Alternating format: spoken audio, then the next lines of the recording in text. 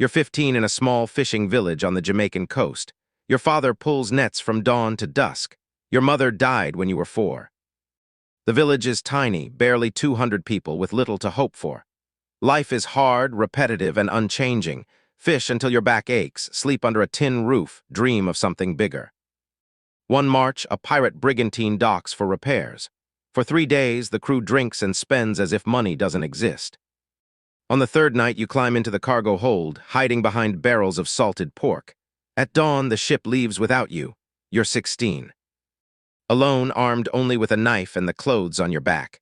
By day 2, the crew finds you. They want to throw you overboard. But the captain, Briggs, a man in his 40s, sun-browned, missing 2 fingers, asks a simple question. Can you work? You nod, and just like that, your life changes. You wake before the sun. Haul water, scrub decks, carry messages, coil ropes. You eat last, sleep on canvas in the hold. The crew treats you like furniture. Potts throws boots at you every morning. Another sailor sends you up the mast in the rain for amusement. You endure everything without complaint. Complaining on a pirate ship is like bleeding near sharks. 3 weeks in your first raid. A merchant sloop heading north, probably carrying sugar and rum. The black flag goes up. The crew boards, takes everything of value, rum, sugar, tools, a chest of pieces of 8. Nobody dies. You expect blood and chaos, but instead it's just cargo. You begin to understand. The men you rob aren't the rich. They're workers, barely paid, transporting wealth for men who'll never touch the sea. You steal from the company, not the men. That's what you tell yourself. Life aboard the pirate ship surprises you. It isn't chaos. It's a democracy.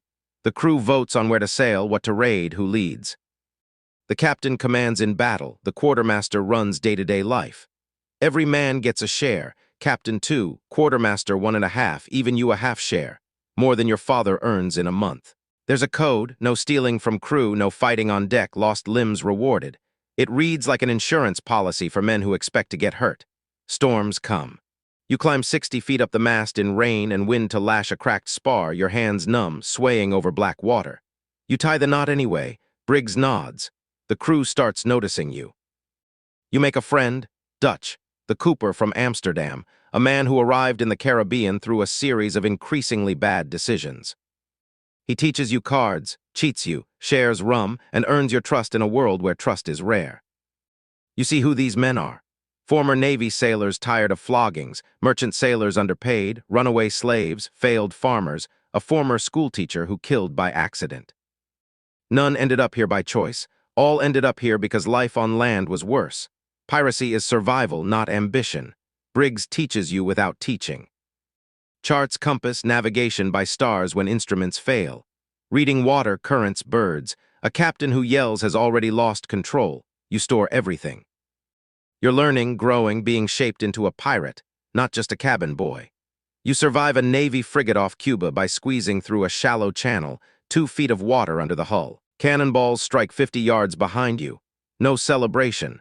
Only checking the ship for damage, patching 3 cracked planks and moving on. Every escape costs something. You learn to respect it.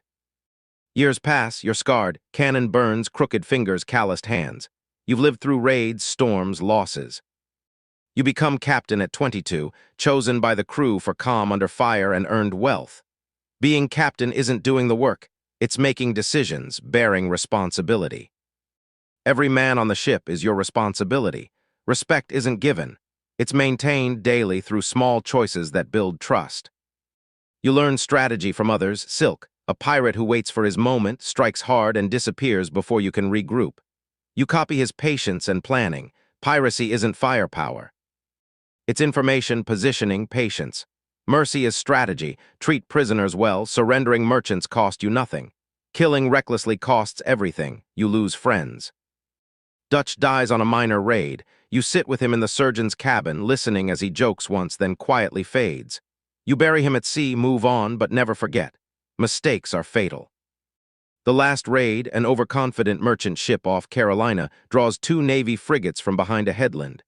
Battle lasts an hour. Your ship sinks. Only 23 of 60 survive. You vanish, selling your boat to a fisherman, splitting the last money, walking into the Carolinas. On land, you live quietly. Retired merchant sailor. Boatyard work, marry a widow, have a daughter. The sea is never far. You can smell it when the wind is right. You tell stories of fish and horizon, of freedom, of life chosen over survival. You don't miss the killing, you miss the horizon. Open water, no ceiling, no nets. Pirates weren't legends. They were kids from fishing villages, choosing the ocean over nets, seeking purpose in a world that offered little. And that choice, the endless horizon over a small village, changes everything.